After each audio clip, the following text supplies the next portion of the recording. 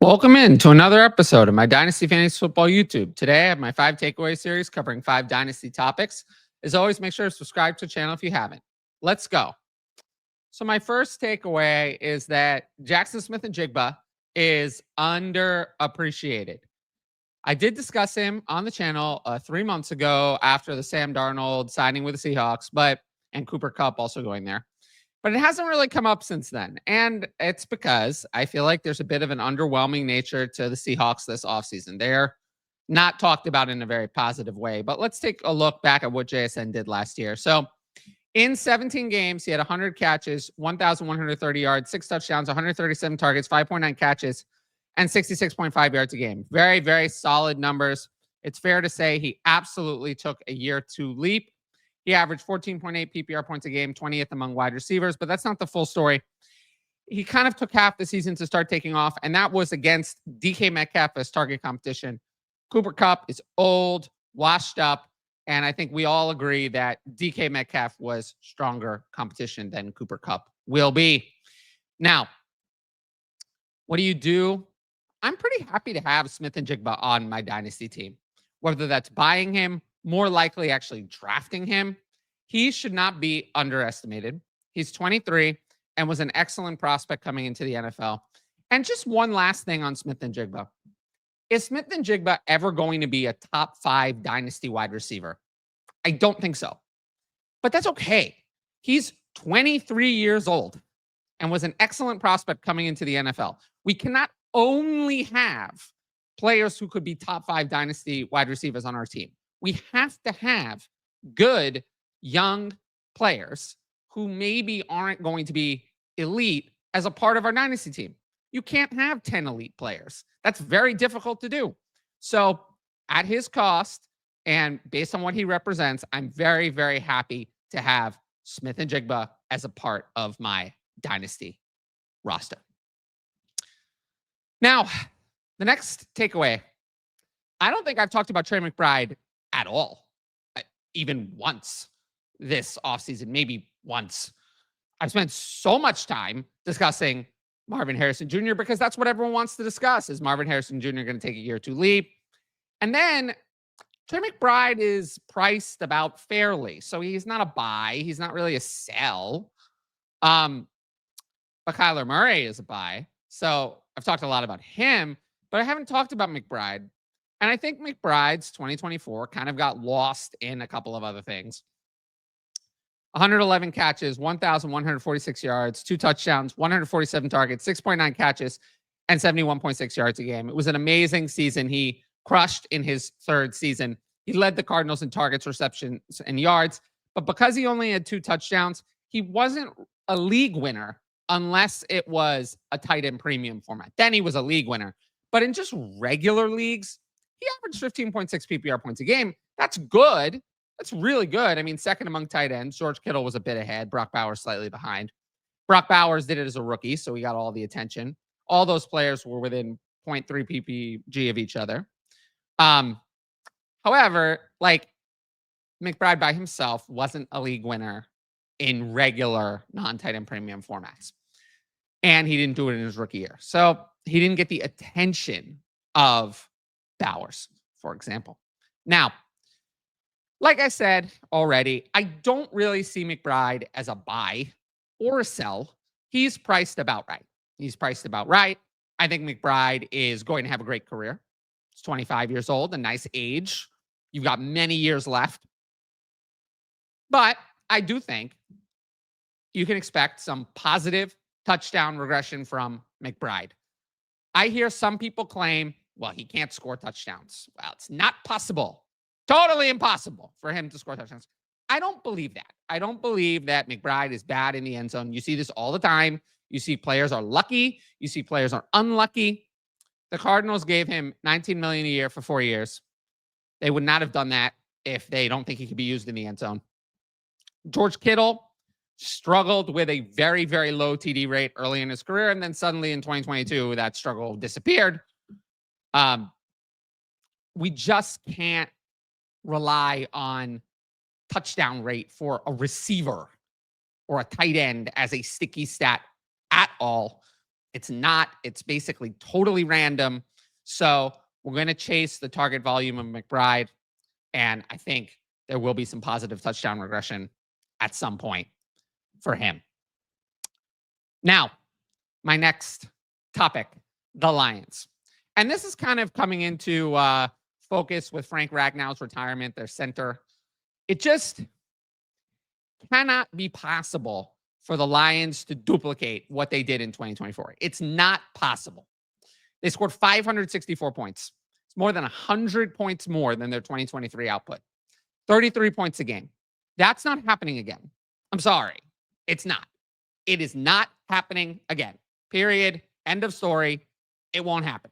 Why won't it happen? Let's take a look at some things here. Jared Goff threw 37 touchdowns. Jahmyr Gibbs ran for 16. And David Montgomery ran for 12. This doesn't even include the 2 passing touchdowns from Amon-Ra St. Brown and Montgomery and the rushing touchdown from Jameson Williams. The Lions totaled 68 rushing and receiving touchdowns in 2024. That's exactly 4 touchdowns per game. That's not happening again. Period. It's not. It cannot happen again. It didn't happen the previous 2 years. It doesn't happen. They had a high touchdown rate even for the number of points they scored. It is not possible. So if it's not possible, that means someone's going to suffer. Let's go into that. Who do we think is most likely to suffer? There are 2 players who had touchdown rates that are totally not repeatable. Jared Goff and David Montgomery. Goff had a career high 6.9% touchdown rate and a career high 8.6 yards per attempt. Now, Goff has been a good quarterback his entire career. He's actually done really well on yards per attempt throughout his career. The thing with Goff is not being priced based on these numbers. Nobody's drafting Goff. This is a dynasty quarterback 1. In fact, Goff I see more commonly outside the top 15 than inside the top 12 in dynasty. I'm not talking about redraft. Dynasty. He doesn't run much. He's 31. So Goff is actually a dynasty value despite the fact that he's going to have regression because his value is depressed. Now, the thing with Goff and the rest of the Lions is, yes, Goff had a lot of touchdowns, but there wasn't one particular receiver who caught more than his share. Amon-Ra was above. I mean, Jameson Williams and Sam Laporta, they were all above what you would have expected based on Goff, but there isn't one particular one who was an outlier. They all Goff spread the touchdowns relatively evenly based on their targets. There's not one particular regression target among those 3. It's Goff himself that's the most likely to regress significantly. It's hard to say which of the other 3 receivers because Goff's high touchdown rate was spread evenly among them. I will say, though, Montgomery, not so lucky. There is no way you're going to have another 12 touchdowns on 185 carries at 4.2 yards a carry. Montgomery was effective. He averaged 2.3 yards after contact per attempt. He was good. I'm not saying he's bad. He's not Jahmyr Gibbs. The problem is the 12 touchdowns. It's not happening again. It can't. The Lions are going to face more negative game scripts in 2025. I'm not predicting 15 wins. Again, that's unlikely. They've lost Frank Ragnow. They've lost other offensive linemen. They move more toward Jahmyr Gibbs down the stretch. If there's one player who's going to suffer the most from the Lions' regression, even if they just regress to 2023, where they were still very good, it would be David Montgomery. That would be the player I would bet against. And I am very nervous that you see Montgomery, if he even just scores 6 touchdowns, Montgomery's not worth anything. So he's a strong, strong dynasty fade for me. I have almost zero interest in Montgomery at his current dynasty price. If you like my YouTube content, you should sign up for the Patreon. I'm offering a 50% discount off your first month at all tiers using the code TylerYT50 at checkout. You can get my dynasty and rookie rankings, and redraft rankings are coming in about a week. So it's another thing to look forward to. Access to the Discord. That's where I do all of my discussions, not on Twitter, not in the YouTube comments. Discussions about dynasty will occur in my Discord. Write-ups, I'm doing one about every NFL team to preview the 2025 season. Patreon-only videos, those are like evergreen strategy type content that won't hit in the YouTube SEO. So I'm doing that as Patreon-only content, plus my roster breakdowns I also do on Patreon. Direct message fantasy advice. That's what it sounds like, helping you with your fantasy team in direct messages. And the ability to ask in advance questions for the YouTube videos, which you'll see at the end of every YouTube video, including this one. Tiers begin at just $5 a month, $250 with the discount. If you want to know more about the Patreon, check out my Why You Should Join the Patreon videos on the channel. They're on the homepage under Patreon promos. And again, I really, really appreciate people who sign up. Use that 50% discount using the code TylerYT50. It's going to be a very exciting time as we head into the preseason and then the NFL season, where I will be mostly active in the Patreon. So I'm looking forward to seeing new patrons soon. With that said, I hope all of you sign up, and I'll move into my next topic. So my next topic is just kind of a vibe check on Emeka Egbuka. And I really can't remember a rookie getting this type of consistent praise, but I just, every corner you go from, whether it's the coaching staff, whether it's other receivers like Mike Evans on the Buccaneers, everyone says that Emeka Egbuka looks really, really good. So let's review his college profile. In 2024, 16 games, 81 catches, 1,011 yards, 10 touchdowns, 63.2 yards a game. He was very solid. Obviously, he was outperformed by Jeremiah Smith, but he did have more receptions, although fewer yards and touchdowns. The big strength of Egbuka's profile is his 2022 season. He had kind of an earlier breakout, 74 catches, 1,151 yards, 10 touchdowns, 88.5 yards a game, and 11 carries, 87 yards, and 2 touchdowns. He delivered big time in CJ Stroud's final season. He took advantage of the void left by JSN's injury, we talked about earlier, and he produced at age 19, turning 20, despite playing alongside Marvin Harrison Jr. So he's produced well alongside strong competition twice before, at least. So for me, I'm still in on drafting Egbuka. Why? I think all rookie drafts should be done by now. Please do not do your rookie drafts in June or July or worse, August. But if somehow you're in a league that does it that way, Egbuka remains a draft target for me. Same reason as before. Good profile, good draft capital, being faded because of the too many mouths to feed narrative. It's a terrible narrative. It doesn't work. And we know that it's not really a good thing to do. So he's a strong target. In startup drafts compared to veterans, he's an even stronger target. I fully believe the hype train on Egbuka because he's a first-round pick. He was supposed to be good. I am very nervous that Chris Godwin is nowhere near ready. There's no way Chris Godwin is 100% for week 1. I don't know if he's going to play, but he's not going to be himself. Mike Evans, I like, but I mean, there's never been a receiver of Mike Evans' archetype to succeed at age 32 and beyond. He would be the first. So, that's kind of a tough road. I'm not fading Egbuka because of these factors. He's a first-round pick. He looked good in college. He looks good so far in the NFL. I'm not fading that player, period. Now, my final topic. Jordan Mason deserves more attention. Why? Well, he was really good last year. In 12 games, he had 153 carries, 789 yards, 3 touchdowns, 5.2 yards a carry, and 11 catches for 91 yards. He was extremely efficient. He led the league in rushing yards for a while, and he looked really good.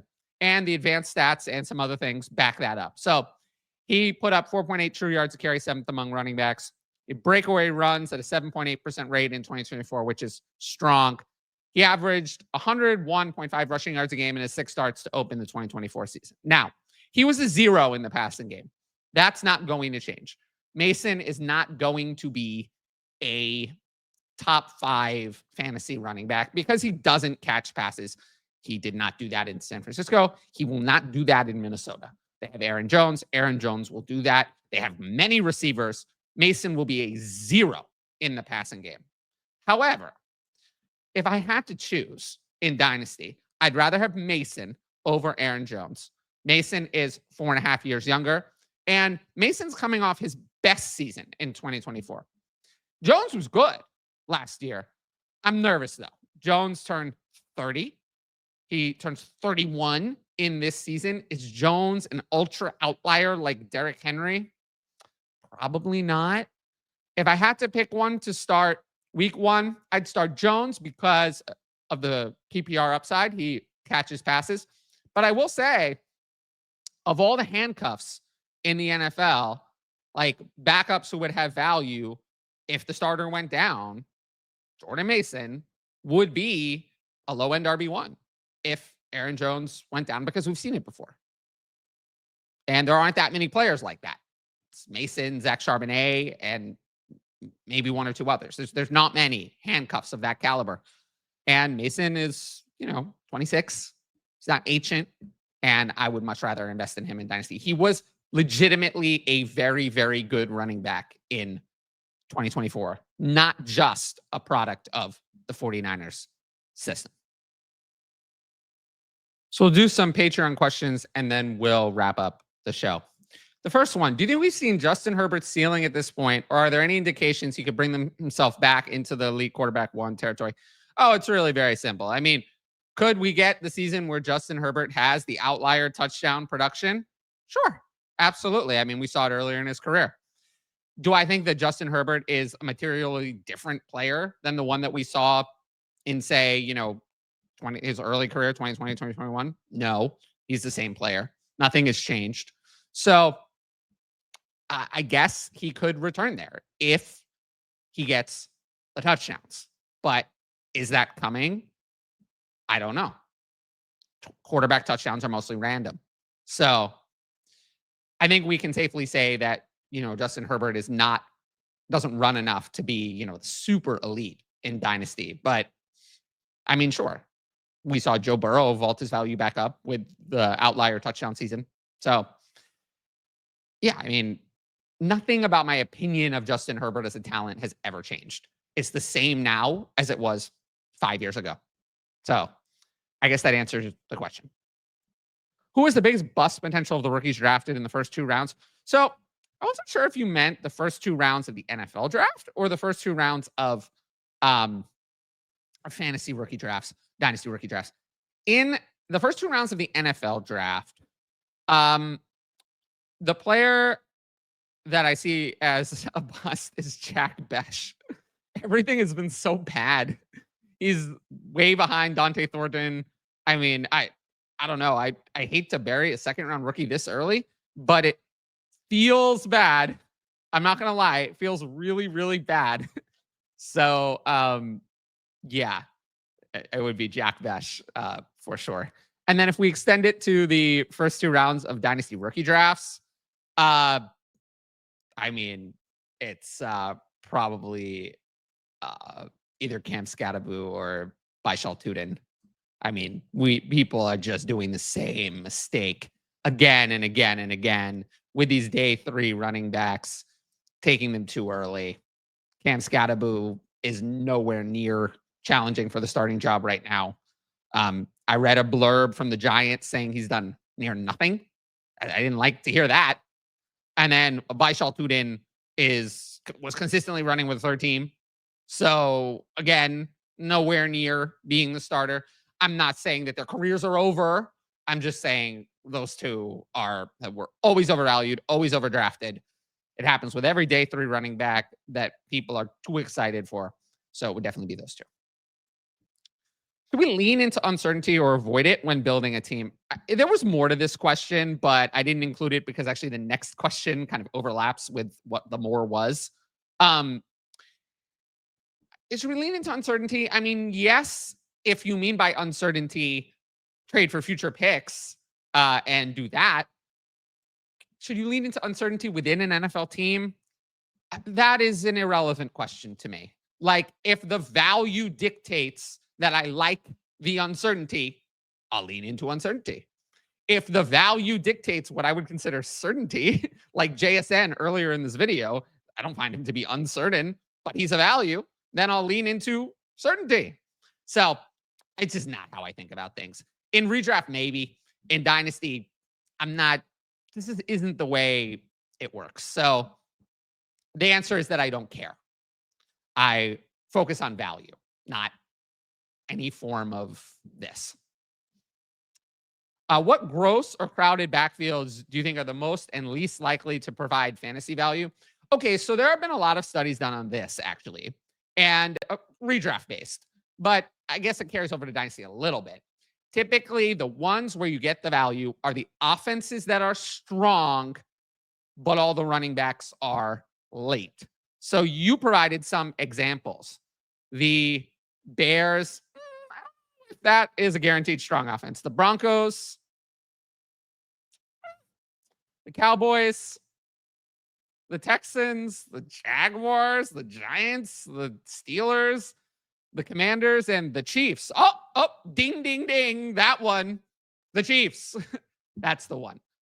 The Chiefs are the one. If we saw it last year with Kareem Hunt, we know the Chiefs are going to be a good offense. That's a guarantee. So if someone breaks out there, they'll be valuable. Do I want to chase it? I don't think so, because I don't think you can get a good price on it. But, do I like Brashard Smith? Sure. I mean, as a stash. The other one I think would be the stashing the Bengals backup Taj Brooks. Chase Brown is overvalued. So Taj Brooks, we know the Bengals are going to have a terrible defense and a good offense again. Yeah. But typically the ones to avoid are the gross backfields where the offense is going to be bad. But this is kind of more of a redraft take, less so of a dynasty take. So I'm rarely targeting these types of running backs too often. I mean, Jordan Mason was one that I was targeting, if you consider that gross, but I don't think people consider that gross because the roles are pretty defined between Mason and Aaron Jones. So the answer is, generally the ones where the offenses we're targeting, but it's more dependent on price and dynasty. You're more asking, I think, a redraft question. And we'll see when I do my redraft ranks who I have ranked above consensus. Now, if you like the video, make sure to support the channel by subscribing. And don't forget to hit that notifications bell so you can be notified about all my exciting content as it drops. Of course, if you want my best fantasy football advice, it's available on the Patreon. Dynasty content year-round.